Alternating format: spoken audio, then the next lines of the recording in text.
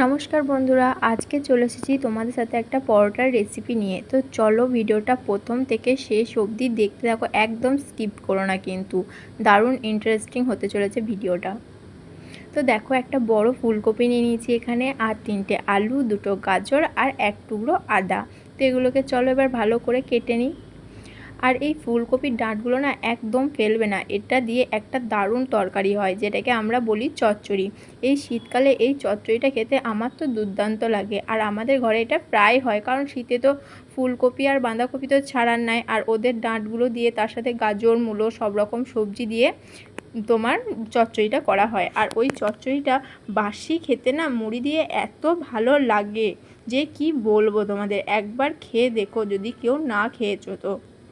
তো দেখো, এখানে আমি সমস্ত সবজিগুলো ভালো মতন কেটে নিলাম, আর এগুলোকে ভালো করে আমি সিদ্ধ করে নেবো।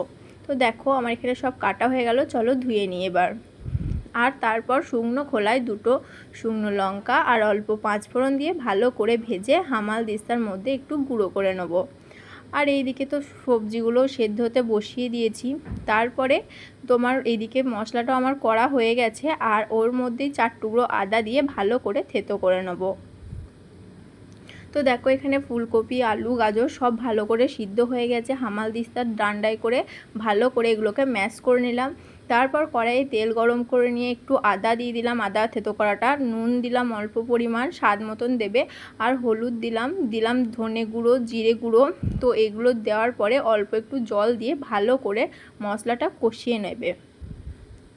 তারপর ম্যাশ করে রাখা আলুটা দিয়ে দিলাম, আর দেখো আলুর পুরটা একদম রেডি। ওপর থেকে ভাজা মশলাটা ছড়িয়ে দিয়ে নামিয়ে নেব। আর তা করতে করতে আমি এদিকে আটাটাও ভালো করে মেখে লেচি কেটে রেখে দিয়েছিলাম। তো দেখো, পরোটাগুলো আমার ভাজতে শুরুও করে দিয়েছি, আর একটু করে পুর ফেটে বেরিয়েও যাচ্ছিলো, বাট খেতে কিন্তু ভালোই হয়েছিল, দেখতে খারাপ হলেও।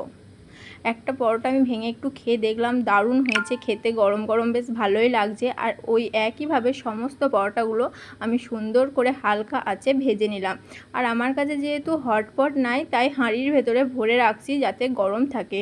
আর রনিকে খাবার সময় 2টো ডিম ভেজে দিয়েছিলাম, তার সাথে ছিল টমেটোর সস। আর আমি তো ডিম খাই না, সেই জন্য আমি শুধু টমেটোর সস দিয়েই পরোটাটা খেয়েছিলাম।